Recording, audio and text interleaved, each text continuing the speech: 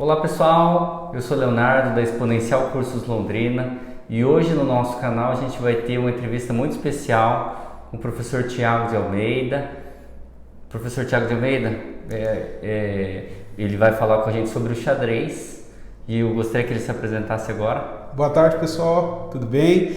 Hoje eu vim falar aqui de um assunto muito interessante que é o xadrez. Aqui em Londrina, não sei se a maioria das pessoas sabem, ou a minoria, né? Vamos dizer bem assim. O xadrez é uma ferramenta que tem mais de 2000 anos e ele surgiu no norte da Índia, conhecido como chaturanga. E aqui na cidade de Londrina o pessoal não sabe, mas Londrina é 6 vezes campeão brasileiro da modalidade. Foi campeão Mercosul, vice-pan-americano e também, se eu não me engano, Londrina é campeão sul-brasileiro, né? O duro é que eu que fui treinador, mas eu esqueço às vezes, que é muita coisa.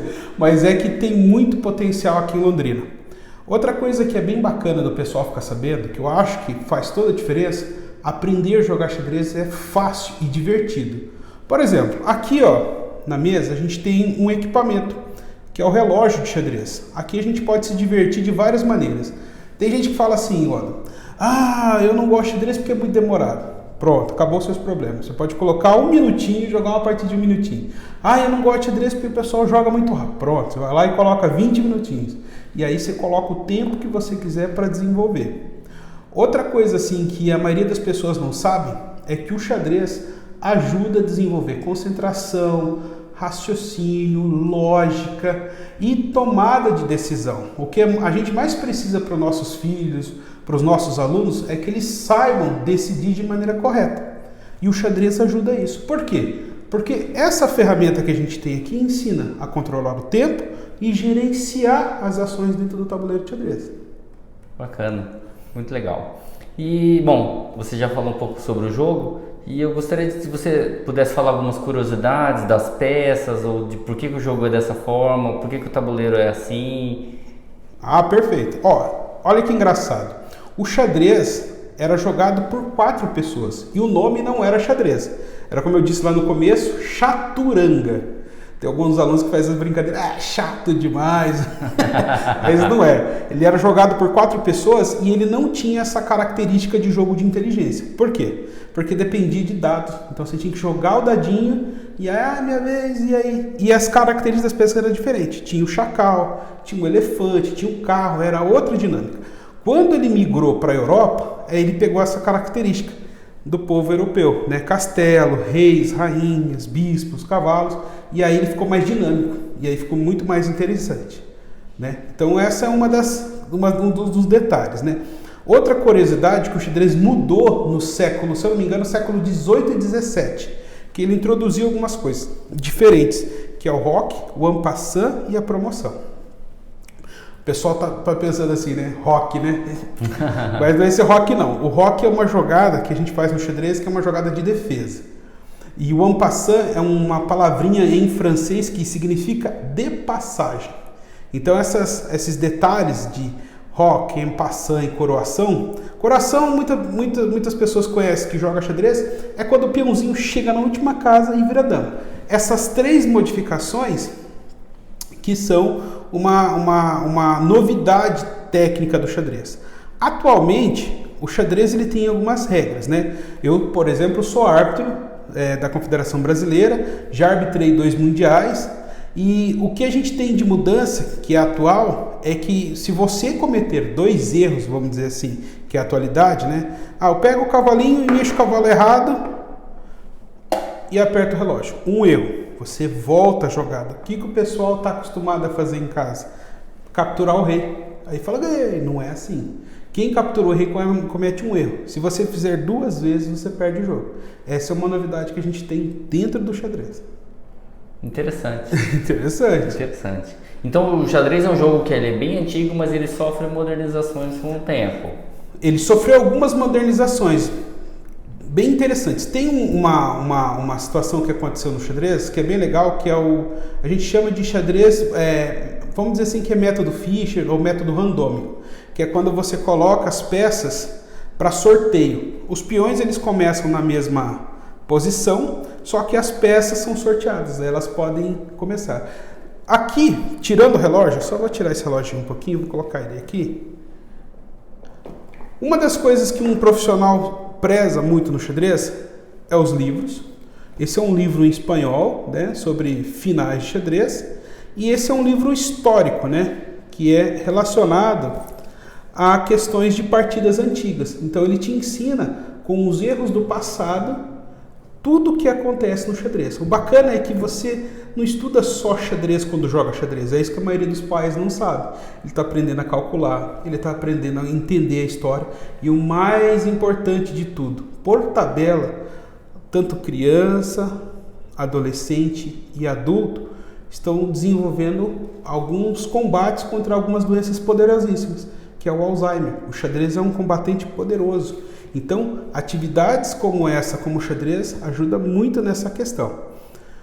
Fora que ajuda a melhorar aqueles aspectos de inteligência. Você fica mais inteligente, porque tecnicamente o xadrez não tem como jogar sem pensar. Então você vai fazer a partida, por mais que você não faça os lances de um mestre, só a prática e o exercício que você faz constantemente faz com que você desenvolva as suas habilidades intelectuais. E essa é o meu intuito, né? E a minha intenção aqui na cidade de Londrina, né? Eu fui treinador aqui, eu comecei como treinador em 2009. Aí, conforme aconteceu essas situações que a gente encontra agora, eu comecei a trabalhar como professor nas escolas, né? Eu dou aula na Poena, dou aula no Marista e dou aula na Dominus. Dei um tempo aulas nas Atléticas de Medicina, Economia e Direito da UEL. E agora eu fico ajudando, né? Orientando concurso para formação de professores e tudo mais, porque eu acho que o nosso meio ele só vai dar um salto qualitativo e intelectual através dessas atividades. Não só o xadrez é um meio, mas através do xadrez, da literatura, da cultura, da arte, ela vai fazer com que o indivíduo fique melhor. E não vou esquecer, né, da ciência também, porque o pessoal, não fala da ciência, mas a ciência também, né, ciência e tecnologia, que faz tudo. Mas o xadrez é o pai, não sei se o pessoal sabia, mas de todos os jogos da estratégia, a base para todos é o xadrez. E, em detalhe, além dele ser a base, ele ainda é o mais complexo. Interessante. E tem uma idade mínima para começar? O que você recomenda para uma criança? Olha, é engraçado que a gente encontra assim, crianças assim com 3 anos de idade já como praticante. Então a gente tem crianças que tem uma dotação, né? Já começa cedo, já tem facilidade. Mas não tem idade limite. Você pode começar com, vamos dizer, 3 e até o fim da vida, até de 3 a 100 anos, vamos dizer assim. Você pode ir. É um esporte que não tem restrição de idade. Então quer dizer, você vai poder competir em alto nível ou quando, vamos dizer assim, até os seus 100 anos, se você quiser. Eu lembro de um senhor chamado Quentin Matsura. Ele era morador aqui de Maringá, né? E os filhos dele eram atletas profissionais, né? E o senhor Quentin lá com seus quase 90 participando de competições. Aqui em Londrina a gente também tem o mestre AIEX, né? Também que ele já é um senhorzinho, já está com quase 90, acho que quase 90 anos e está jogando. Você vai conversar com ele, é lúcido, inteligente, sabe? Desenvolve bem, não é aquele senhorzinho travado, porque a juventude do cérebro dele foi preservada porque todos os dias ele jogava xadrez e usava as ferramentas, livro, relógio, peça. Então o cérebro dele é ativo. Você chega hoje na idade que ele está, você não... É mesmo essa conversa simples, direta, fácil, sem ter essas traves. Ele mantém até hoje.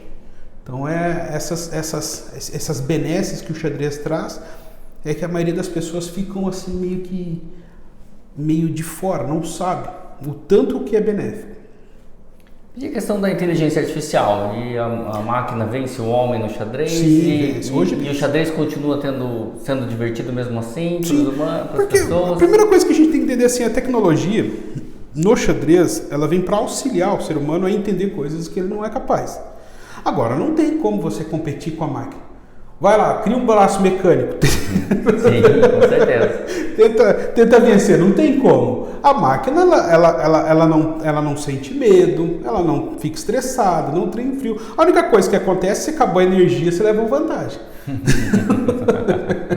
Não é? Mas não tem essa questão. A máquina, ela tinha suas dificuldades em meados de 97 com o Garry Kasparov, né? Que teve o confronto mais importante da história, que foi o Deep Blue, né?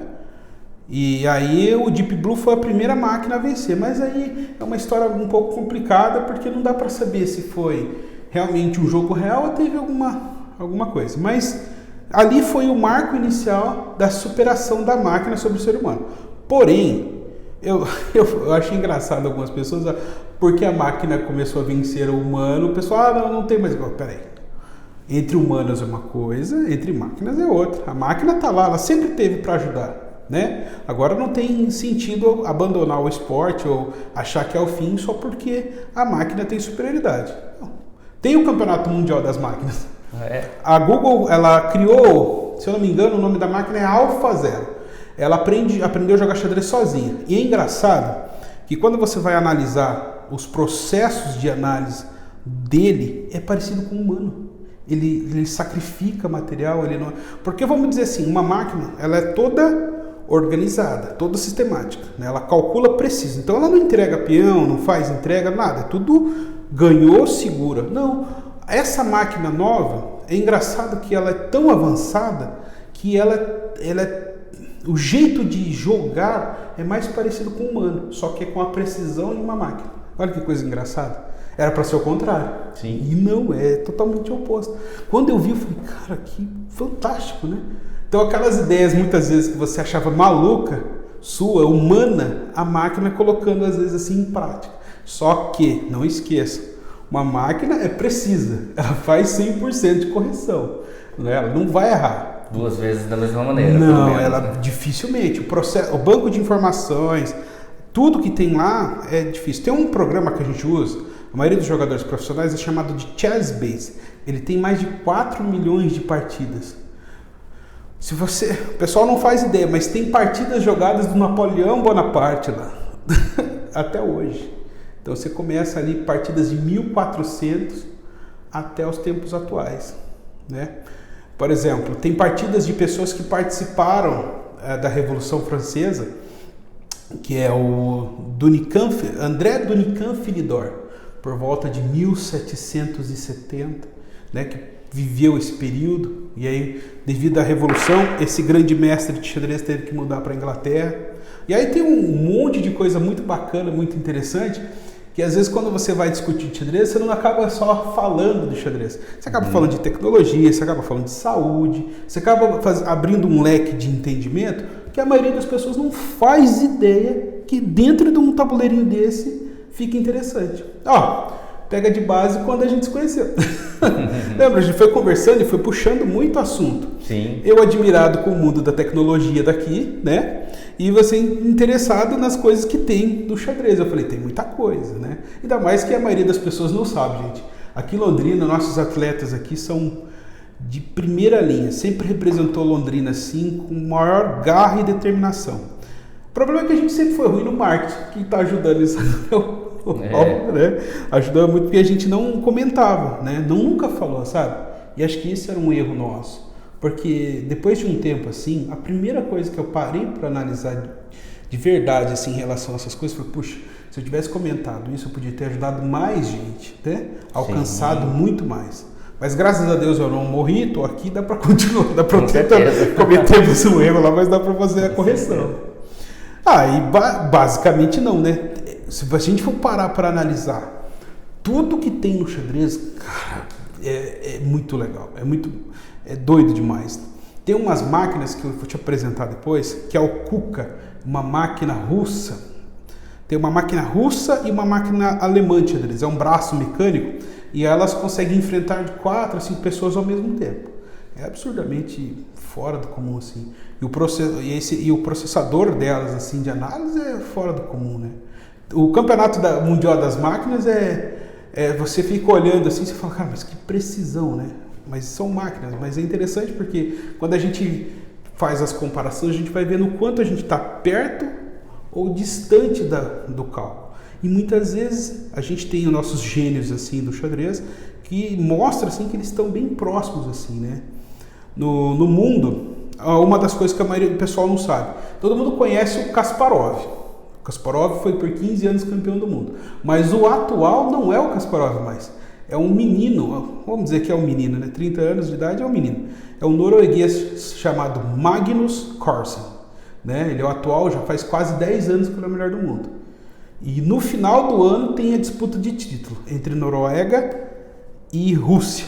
O Jan Nepomniachtchi, olha o nome difícil, né? O russo. Mas os dois são talentosíssimos, né? Mas e como que se chega nessa disputa? Existem campeonatos prévios? Sim, tem um ranking? Tem um ranking. O xadrez, se eu não me engano, a FIFA começou a usar um sistema de emparceramento do xadrez. O xadrez tem um ranking da federação. A federação, aqui, vamos dizer assim, vamos pegar por partes para todo mundo entender. No Paraná é a FEXPAR. No Brasil é a CBX. No mundo é a FIDE, Federação Internacional de Xadrez. Na FIDE, o que acontece muito lá na FIDE, né? Eles criam um torneio classificatório, pegam os melhores. Normalmente quem passa é os 15, 10 melhores do ranking e entram numa chave. Acho que são 12 jogadores. Desses 12, o vencedor dessa chave vai disputar o título, né? Com o atual campeão. O atual campeão. Ganha uma grana. Mas aí o atual campeão não precisa todos os anos se provar para chegar nessa Se eu não me engano é em 2 em 2. Se eu não me engano é em 2 em 2. A cada 2 anos tem a disputa de título. Né? Agora ele não precisa ficar jogando o torneio. Ele fica lá sentado com a coroa na mão e os caras se mata. Vem o próximo. Sim. Outra coisa que o pessoal não sabe, um país que é fortíssimo no xadrez, todo mundo fala que é a Rússia. Acertou, a Rússia realmente é forte, mas a Índia também é muito boa. Quando eu fui arbitrar o Mundial em Caldas Novas, eu fiz amizade com o pessoal da Índia. E aí eu fui dar uma olhada no sistema educacional deles. E aí todo mundo acha que o pessoal usa muito, como se diz, computador, né? E é engraçado, não, os caras usam muito livro, muito material. Eu vi as crianças da Europa sentadas assim, ó, com apostilas, fazendo exercício. Ele pegava o livro, abria no diagrama como esse, ó, e tentava resolver os problemas. Abria e calculava, lia as análises, entende? Então eles têm um hábito muito profundo, assim, de leitura, de análise, usar primeiro a cabeça. Não.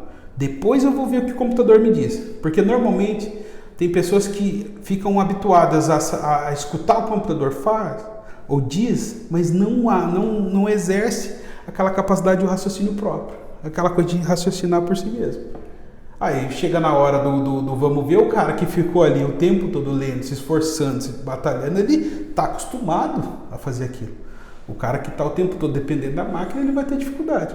A máquina, eu vejo assim que o computador pra gente, ela é de grande valia, mas ela é para refinar coisas que quando, vamos dizer assim, em competições de alto nível, né? Mas o mais importante ainda é o básico, leitura, estudos e o raciocínio humano.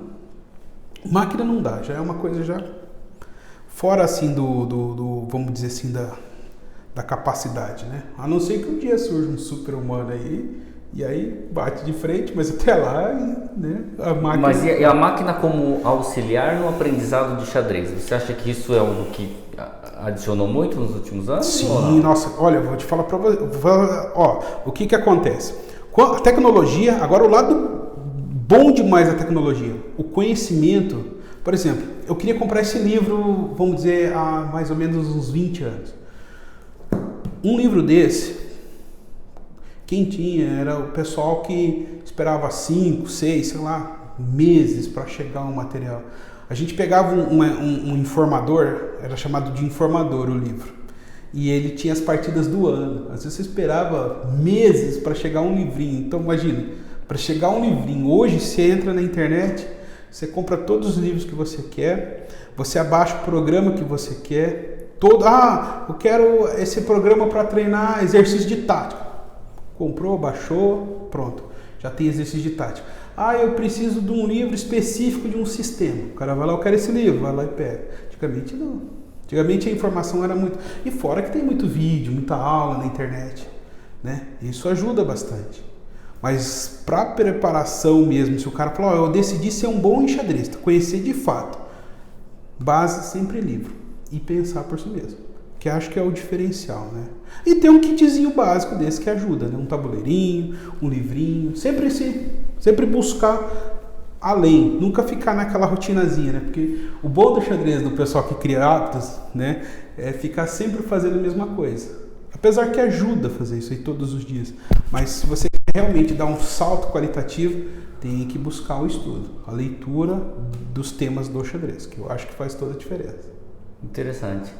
E o que você acha que falta aqui no Brasil para a gente ser uma potência no xadrez? Falta mais pessoas praticarem para aumentar eu não sei, possibilidades? Eu cheguei a comentar que eu fiz um curso gratuito para 50, eu acabei atendendo 50 cidades do Brasil, deu 200 professores no curso. E aí eu falei, tinha um professor até de Manaus, teve um americano que se inscreveu no curso e falou, mas que isso, cara? O que aconteceu? Como é que chegou tão longe assim? Porque eu não fiz divulgação, nada, foi boca a boca. Eu mandei ali, eu falei, curso tal, vai ser o professor tal que vai estar dando o curso, e aí desceu. Aí eu conversei com o pessoal de São Paulo, e eu vejo assim que lá não tem tanto, aqui também não tem. Porque o que acontece? Não tem como você dar aula para, vamos dizer, Londrina está com 600 mil habitantes, vamos pensar de maneira simples. Não tem como dar aula para 600 mil. Só que você pode formar pessoas que podem chegar aonde você não vai. Eu, por exemplo, tem muita gente que não me conhece, não sabe. É difícil, eu não consigo atender. Sim. Não consigo conversar com todo mundo, não consigo desenvolver todo mundo. Então eu preciso criar braços, que nem eu fiz com muitos alunos meus. Preparei, se transformaram em campeões e começaram a ensinar, a passar. Falei, transmite o conhecimento e vai. Eu acho que a forma de melhorar isso é formação de pais e professores. O pai voltando a ser, que nem uma coisa que eu tenho muita vontade, e eu vou esperar um pouco, mas isso eu vou colocar em prática, que é uma formação para pais. O pai ensinar, o pai pegar e falar, ó, pai às vezes não quer, às vezes o pai fica com vergonha, porque assim, ó, uma das coisas que acontece muito no xadrez, e eu vejo muito isso quando eu vou conversar com algumas pessoas que têm trauma com as atividades de xadrez, foi que o professor, ao invés de ser o mentor, o guia, o prometeu, né, levar a luz para o desenvolvimento do indivíduo, o que o professor fez? Ele esmagou. Ah, você não sabe, você não tem capacidade, e encolheu o cara, em vez de fazer o cara crescer, né? Então eu tinha uma aluna, né, que ela falou, eu não gosto de xadrez. Eu falei, mas por quê? Porque o professor foi terrível. Eu falei, olha, isso que dá pra pegar os professores ruins. Eu falei, tem que pegar o melhor, pô. Eu fui brincando, fui na brincadeira, né? Eu fui tirando onda, assim, falei, vamos lá. Aí eu conversei com ela, falei, não é assim, é que você teve o azar de pegar um cabeçudo, né? Porque você pega um professor que para analisar, que uma das coisas que o pessoal não entende, ó, é a questão da parte psicológica. Tanto com crianças, adolescentes e adultos, você tem que trabalhar. Porque muitas vezes a criança precisa de ajuda, mas o adulto também, porque ele carrega as coisas, as energias, os traumas. E aí se você não tiver tato para trocar uma ideia, ver e extrair aquele malzinho que está lá e transformar aquilo em algo positivo, o cara passa a vida inteira com aquilo e não resolve. Imagina, eu já conheci centenas de pessoas que odiavam xadrez só pelo simples fato de ser humilhado por um professor ou alguma coisa, falar alguma coisa que magoa, entende? Uhum. E é difícil, porque muitas vezes eu não digo assim que eu não vou cometer falhas, mas eu vejo assim que a maioria dos professores, alguns professores acabam esquecendo qual é o papel real dele, né? Quando eu faço essa brincadeira que eu falo que o professor tem que ser o Prometeu, alguns vêm me falar que, né, não sei se você sabe da história de Prometeu, né? Não. Na mitologia, Prometeu foi aquele que roubou a luz de Zeus, né, dos deuses, e deu para os homens. Só que o castigo dele foi passar a vida inteira com o fígado sendo devorado. Alguns vêm brigar, vamos comer seu fígado. Eu falei, bom, se o preço disso for ajudar a minha cidade, a minha população, as pessoas que eu amo, a ter uma vida melhor e uma clareza, né, que é isso que a gente quer passar com o xadrez, que é uma clareza do pensamento. Através disso, é para não ficar só fixado no xadrez, mas que a criança, o adulto, o adolescente tenha uma visão mais, vamos dizer assim, iluminada em relação à família, à sociedade e às pessoas, né? Porque hoje a gente vive, se você for pensar bem, a gente vive num caos tremendo, né? Cada um tem um ponto de vista e não tem mais paciência. É ferro e fogo. A intolerância. Se você gosta do verde, eu gosto do azul, acabou. A gente vai tretar e não pode ser assim. A gente precisa chegar no meio termo, né? Para poder levar essa luz de Prometeu para todo mundo, né? Melhorar o desenvolvimento da vida. Bom, voltando na parte da psicologia. Então, o professor precisa de fato conversar com os alunos nessa questão. Ele precisa ver se tem alguma entrave e tirar isso. Uma vez, posso contar uma história? Sim, claro. Eu não sei se eu tenho tempo, eu tô falando, não, claro, gente, eu falo demais. Deixa eu falar aqui, ó. Eu cheguei numa escola uma vez e eu fiz um teste. E aí eu cheguei para os alunos para saber como eles pensam sobre eles mesmos.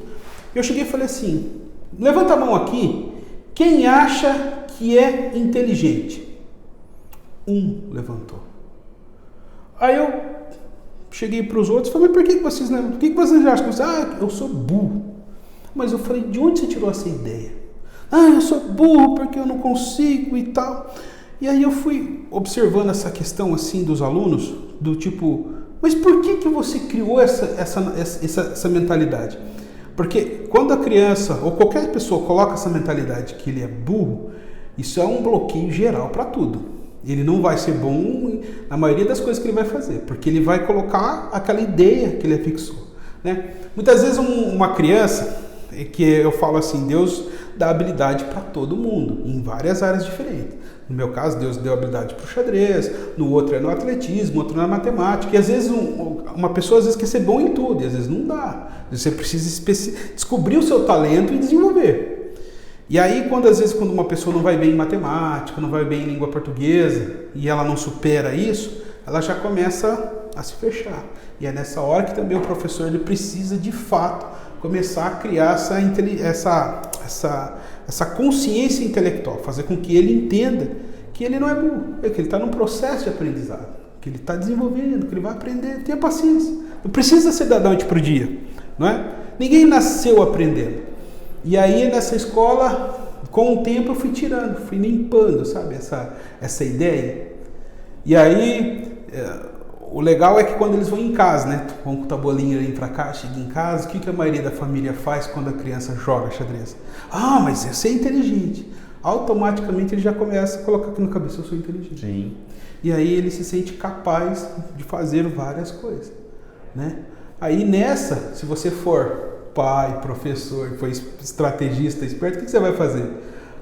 Você sabe que uma pessoa inteligente, ela ajuda as outras pessoas. Uma pessoa inteligente, ela pensa antes de falar. Uma pessoa inteligente, ela procura aprender. Você usa aquele conceito que agora ela formou novo, de que é inteligente, para motivá-la a fazer melhor. Melhor, para ser uma coisa melhor. Sem impor, que isso é importante, né? Você oferece uma ideia, passa uma ideia, né? Que é essa a nossa função. O professor é isso. Ele vai transmitir conhecimento e vai ser o Prometeu na vida das pessoas que passarem na vida dele. Sem comer o fígado. De ninguém. Com certeza. Sem deixar comer o fígado. Né? Com certeza. Bom. Muito bacana, professor. Eu acho que a gente falou bastante sobre as habilidades, né, que as crianças desenvolvem. Agora você falou mais uma, né? As crianças às vezes estão com baixa autoestima ou se limitando por algum conceito que ouviu de alguma outra pessoa. De repente descobre no xadrez um momento ali de manter concentração, de aprendizado, de perseverar, né? E aí de repente a chave vira de, não, você sabe jogar xadrez, então você é inteligente. Exatamente. Porque muitas pessoas olham para esse tabuleiro e veem algo assim que é impossível de aprender. Cada peça se move de um jeito, existem regras do que pode e que não pode. E você está geralmente jogando contra alguém que sabe, então às vezes você está aprendendo, você vai perder várias vezes, porque a outra pessoa sabe, você não. Mas o xadrez ele criou uma natureza assim que eu acho que ele precisa quebrar isso. Primeiro que dizem que xadrez é só pra gente rica. Mentira, não é. Isso é pra todo mundo. Outra coisa, o xadrez não é só para pessoas inteligentes. O triste é que assim, o xadrez é para todos, mas normalmente as pessoas que já têm uma habilidade intelectual que procuram. As pessoas inteligentes. Eu falo, não, se você não é, vivencia. Eu queria um aluno eu cheguei e fiz uma brincadeira, falei para ele assim, não, professor, eu não jogo xadrez porque eu sou muito burro. Eu falei, meu Deus, mais um. Aí eu disse para ele assim, falei, vamos fazer uma brincadeira, imagine só, você iria achar que você é burro se você tivesse entre os 100 melhores do planeta, assim, num campeonato mundial de matemática, ou entre os 100. Você acha que uma pessoa que é o 100 melhor de matemática é burro? Não, professor, eu acho que não é burro. Eu falei, então como é que você acha que você não é capaz? Se você vive no meio intelectual, por mais que você seja o último daquilo, você é um intelectual. Porque você vive aquela experiência. Não importa a colocação que você está. Se você está lá, entende? Você tem que entender que quem faz parte desse meio é quem pensa. Seja ela na física, na matemática, na história, na geografia, o que for. Entende? Aí ele tem que entender isso, é que cria uma barreira assim, uma coisa que eu fico, às vezes eu fico querendo saber de onde vêm essas ideias, né? A gente tem umas expressões assim bem engraçadas no xadrez que é ilusões idióticas, que é uma coisa que eu aprendi com um campeão paranaense de xadrez quando era criança, que era o João Mauro Agoroff do Paraná, de Maringá. Aí o cara vê muito fantasma. Cria muito fantasma, nosso cérebro ele cria muita ilusão de coisas assim que não existem. Em vez de problemas pequenos acabam virando um monstro por ideias que não foram bem esclarecidas. E o xadrez faz isso. Outra coisa que o xadrez faz é trabalhar a verdade. Uma das coisas que o xadrez, muita gente foge do xadrez, e é importante entender, é que não tem como culpar o amigo. Se eu estou jogando uma partida de xadrez com qualquer pessoa, vamos dizer assim, se eu cometi o erro é meu. Se eu esqueci de apertar o relógio, a culpa é minha. Se eu não fiz direito, a culpa é minha. Então não tem como culpar o pai, a mãe, amigo, a culpa é sua. Então ele já aprende que tem que ter responsabilidade. Não tem como... Porque quando você joga um esporte coletivo, ei, perderam. Ah, perdemos, mas foi culpa do goleiro, foi culpa do lateral, do juiz. E no xadrez, que é você que é o chefe. Você que é o líder, você que gerencia tudo isso, como é que vai ser? Essas são... Ele do xadrez traz umas lições belas, mas também duras. Sim, claro. De reconhecer que muitas vezes as coisas vão mal por tua culpa. Então você precisa melhorar, precisa dar um salto qualitativo, fazer com que isso melhore. E nesse tipo de pensamento a gente cria pessoas de fibra, justas, né? Que é o que a gente mais precisa. Pessoas justas, que tenham justiça, que sejam... Uma coisa que eu estava pensando esses dias, que eu achei assim que é muito importante, assim, é honestidade, a palavra honesta. Muitas vezes as pessoas são honestas com um amigo, com o pai, com o irmão, com a sociedade, mas muitas vezes não são honestas consigo mesmo. Não é? Tem uma dificuldade e fica enganando daqui, sim, enganando ali, e fala, poxa, eu preciso ver que eu estou errando, estou errado. Preciso evoluir, preciso melhorar, preciso entender, preciso escutar mais, preciso evoluir. E nessa questão que a honestidade, eu falo, consigo mesmo faz toda a diferença. Que muitas vezes as pessoas não seguem esse tipo de honestidade. Né? Você vê, sim, pessoas assim que são maravilhosas, são honradas, são retas, mas quando vai para o lado dela, ela é o pior ser humano consigo mesmo. Né? Né? Então isso é uma das coisas assim que eu acho que a gente tem que tomar cuidado. E os pensamentos, né? Pensamento faz toda a diferença na vida de uma criança. Memória, o jeito que eles usam a memória e as ideias, as palavras, influencia muito até na forma como eles vão desenvolver até a vida adulta. Então gerenciar isso também, ajudar eles a gerenciar isso faz toda a diferença. Interessante. E professor, como é que é mais ou menos uma aula de xadrez para iniciantes? Assim, não sei nada de xadrez, vou sentar aqui com você vai fazer o quê? Bom, vamos lá, vamos pensar da seguinte forma. Você não sabe xadrez e você hoje... Primeiro eu vou fazer uma sondagem. Sabe jogar xadrez? Mexer as peças, pelo menos?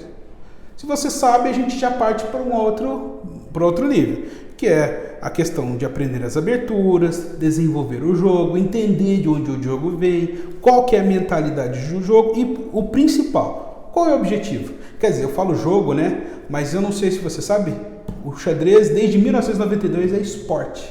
Ele é o esporte da inteligência, né?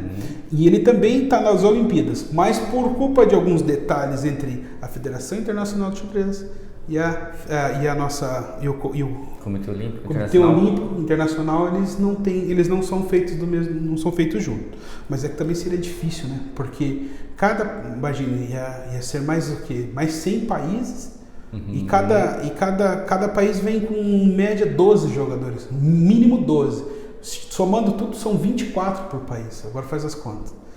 É muita gente. É muita gente. Eu não sei como, talvez foi por isso ou por culpa de outros detalhes. Isso eu não sei. Mas o xadrez tem Olimpíadas de xadrez. Aqui no Brasil a gente tem medalhista olímpico de xadrez. Legal. Que é o Jaime Sunier aqui do Paraná, que eu conheço pessoalmente, né? Foi meu instrutor no ano de 98. Acho que teve um convite geral para os jovens talentos do Paraná. E aí eu fiquei 15 dias estudando com ele. E aí ele mostrou a medalha olímpica, foi mó legal. Legal. Foi da hora. Então, voltando agora, como é que eu faria? Primeiro eu ia te ensinar os mates básicos e como se deve começar uma partida. Sempre quando for jogar xadrez, comece pelo centro, dominando o centro. Depois que você fez isso, desenvolva os bispos, os cavalos e faça aquela jogada que é o rock, né? Teve uma vez que eu falei isso, mano, mas não pode fazer o samba? Eu falei, não dá, cara, mas seria legal, né? Mas é o rock, né? E aí o reizinho pula. Vamos dizer assim, esse aqui é um exemplo. Isso aqui seria, como que eu posso dizer assim, que é a posição perfeita. Centro dominados, peças desenvolvidas e rei protegido. Isso se você já sabe jogar. Caso não saiba, o procedimento seria ensinar o movimento das peças, que é muito simples. Em 30 minutinhos você já aprende a jogar. Já tem uma noção boa assim de como mexer as peças, né? E aí fica bem simples. Depois disso, a gente aprende os mates, né? Que são muito legais. Por exemplo, tem o mate do pastor. Muita gente me pergunta de onde surgiu o mate do pastor. Eu tenho uma história do mate do pastor, mas acho que não sei se é verdadeira. É uma lenda, mas eu fico com ela, né? Que era uma história de um pastor de ovelhas mesmo e um rei muito poderoso. Você acha que vai ser legal contar essa história do mate do pastor? Não, pode contar, claro. É longue. Não é longa, não. É mais ou menos... Faz ficar curto. O mate do pastor, ele basicamente é um mate entre, vamos dizer assim, né? Entre o bispo e a dama, que ameaça esse ponto. Quando ela captura o F7, é checkmate. O rei não pode pegar porque o bispo está defendendo. Todo amador que dá esse checkmate rápido, que é o mate do pastor, conhece, mas não conhece a história. O mate do pastor foi mais ou menos assim. Vou falar bem rápido. Estava um rei passando ali pelas suas terras, né? E aí, todo pomposo, todo majestoso, né? Todo irradiante, eu sou rei, eu sou magnífico, eu sou belo. Vi um pobre de um pastor de ovelhas, sentadinho com um tabuleiro de xadrez. O rei olhou e falou, mas como é que pode? Pastor de ovelha? Um tabuleiro de xadrez? Aí ele falou, vou checar. Foi lá, cutucou o pastor olhou, oh, meu rei, o rei falou, eu tenho uma dúvida, você sabe jogar xadrez? Ele falou, sei sim. Aí o rei sentou. Aí nessa que o rei sentou, o rei falou assim, vou fazer o seguinte, você começa com a branca aí, e vai lá, faz seus lances. O pastor jogou pelo meio, o rei veio e jogou pelo cantinho. Para quem sabe jogar xadrez, começar pelos cantos é um erro, por isso que é conhecido como mate do pastor. O pastor tirou o bispo, o rei começou a jogar pelo cantinho. E o pastor tirando as pecinhas. E o rei nem tomando. De repente o pastor, checkmate! O rei arregalou um olho enorme assim, falou, como assim? Checkmate! Aí o rei tentou pegar a dama, só que o pastor, olha o bispo. Aí o rei ficou por um tempo meio chateado, magoado, falou, mas que absurdo perder para esse pé rapado. E aí o rei, naquela raiva, naquele momento, o rei parou e começou a refletir, né? E aí ele teve vamos dizer assim, uma clareza do raciocínio. Ele falou assim, inteligência não tem nada a ver com riqueza. Eu posso ter o dinheiro que for, mas eu jamais vou ter a sabedoria desse pastor, que é perceber os detalhes e agir conforme deve ser, né? E aí, depois dessa situação, ficou conhecido até hoje como o mate do pastor. Eu digo assim que é uma lenda, mas é uma história bem bacana, né? Aí tem outros, o mate do louco, o mate do legal, que tem vários nomes assim, dentro dos sistemas do xadrez, que são nomes históricos, né? Que ficam marcados assim, que as pessoas que estudam vão gravando. Sim. E aí ficam bem bacanas assim, de explicar em aulas. O mais legal das aulas de xadrez é que o pessoal não faz ideia. Tem aula de história, a gente conta história, parte psicológica, para os alunos que são competidores, a gente fala, ó, você que é competidor, você tem que estar com física em dia. O professor já está falhando, mas os alunos não, eu treino todo dia, mas o competidor tem que estar alinhadinho, porque senão faz diferença. Faz diferença. Uma das coisas que a gente fala assim, né, para quem quer competir, jogar xadrez, né, o Kasparov e o Carlsen, o Kasparov parecia que quando ele ia para as competições, a preparação física dele parecia que o cara ia para o UFC. O Carlsen pratica musculação e atletismo. Você vê o cara assim, antes das competições, o cara tá se acabando de correr, de fazer exercício, porque os caras sabem que o cérebro vai depender também de um bom corpo, um corpo forte, resistente. Porque imagine, sei lá, 3 horas num torneio valendo, sei lá, 1,5 milhão de euros. Né? Você fala, errou, perdeu, né, cara? Perdeu tudo, né? É muito dinheiro. Imagina, o cara joga ali, o cara, dor na perna, dor nas costas. O cara não vai concentrar. Ai, minha coluna. Tem que estar todo redondinho. Alimentação, dieta, tudo. Então, assim, para quem acha que o xadrez era só sentar e jogar, no alto nível a coisa muda. muda muito. Interessante. E professor, como é que as pessoas encontram você? Você dá aulas? Como é que funciona? Você tem uma escola? Bom, a gente tinha aqui, antes da pandemia, a gente estava funcionando direto, que era o Xadrez Palhano, que era ali de frente com o Shopping Aurora, né? E aí, por culpa da pandemia, dessas questões, teve que dar um stop e aí esperar essa situação melhorar para retornar. Então a gente está vendo mais ou menos como é que vai fazer. Mas as aulas acontecem normal nas instituições e particular. Então, se a pessoa quer fazer aula particular, o professor, eu queria que o meu filho fizesse aula de xadrez, tem como o senhor vir na minha casa? Vou até a casa. Mas eu queria fazer online. Também faz online. E aí, ele entra em contato. Tá. As páginas que a gente tem aqui de xadrez é o Xadrez Londrina e o Xadrez Palhano. Você vai entrar numa dessas páginas, você vai entrar lá. Vai encontrar meu número, minha informação, mandar uma mensagem, eu vou responder rápido. Legal. É bem simples, não tem muita dificuldade, né? Legal, tá ótimo. A gente vai colocar também o contato do professor aqui na descrição do vídeo, tá bom? Bom, foi um prazer falar com você, como sempre. Igualmente. Foi um prazer. Espero que todos tenham aprendido um pouco de história e das vantagens de se aprender xadrez, né? Tanto para os adultos quanto para as crianças. Qualquer idade dá para começar, né, professor? Qualquer idade. Até o pessoal acha, mas eu já tô velho. Eu falei, cara, xadrez, você pode começar com 60 anos de idade, que é vantajoso. Você ainda vai colher frutos desse aprendizado. Vai. É que o pessoal confunde uma coisa que eu falo, para com essas ideias de alto rendimento, atleta profissional e saúde. Saúde é uma coisa, alto rendimento é outra. É que o cara fala, não tem como eu virar grande mestre. Eu falei, olha, grande mestre, acho que não tem nem 2.000 no planeta inteiro. Então mesmo se você começar criança, é muito difícil ainda. É muito difícil. Então, mas se você começar criança, a saúde ela vai ser, o seu cérebro vai falar, obrigado meu amigo, te amo. Porque ele vai longe. A longevidade do cérebro vai depender de atividades como essa, né? Teve um estudo, só para concluir, pela universidade, não sei, se não me engano, é uma universidade de Nova York, Hospital de Nova York. Ele mencionou três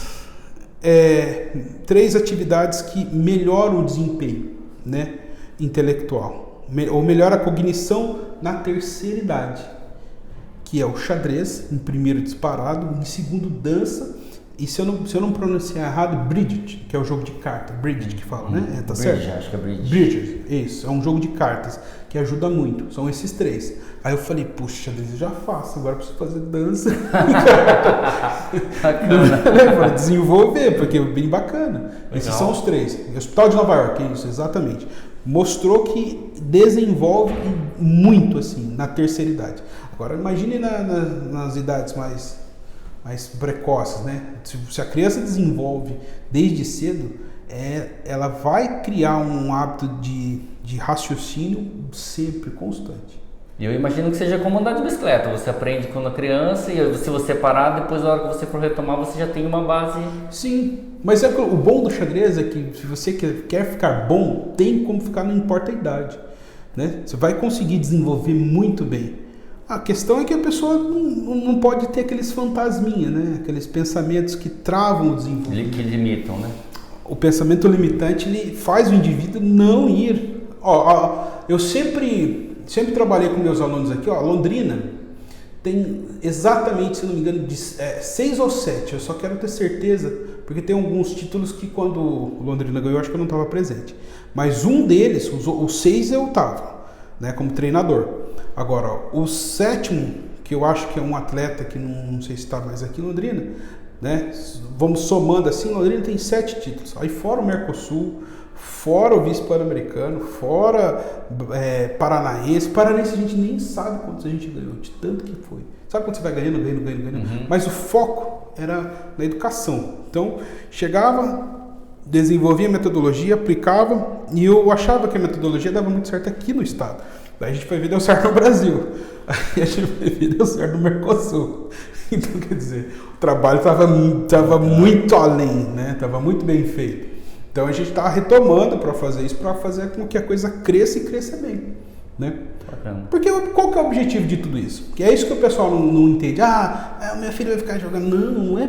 Se o seu filho quiser ser um atleta de ponta, perfeito, vai ser bom. A gente precisa de gente intelectual desenvolvendo essas coisas aqui no Brasil, no Paraná e no mundo. É importante. Agora, se ele quer melhorar matemática, geografia, o que for. Concentração, autoestima, tomada de decisão, ele se transformar num cara mais positivo com ele mesmo, poxa, já é uma vantagem enorme. E esse é o objetivo com o xadrez. Melhorar o indivíduo. Não, porque eu falo assim, ser um enxadrista só por jogar por jogar, eu acho que seria muito pobre pelo que tem a oferecer o esporte. Uhum. Né? Seria muito pobre. Então, explorar isso ao máximo, que isso, o máximo, vamos dizer assim, o teto, eu não acredito que tenha o teto, né? Mas vamos dizer assim que o céu é o limite. Bacana. Muito legal. Perfeito. Bacana. Foi uma conversa muito bacana, muito legal. Fico muito feliz em receber o professor Thiago aqui. Eu que fico feliz. Com certeza a gente vai fazer muitas parcerias aí. Vamos, se Deus quiser. Bom? E espero que tenha bastante sucesso e que Londrina tenha muitos campeões ainda para o futuro. Vai ter. Bacana. Até mais. Até mais, gente. Bye, bye.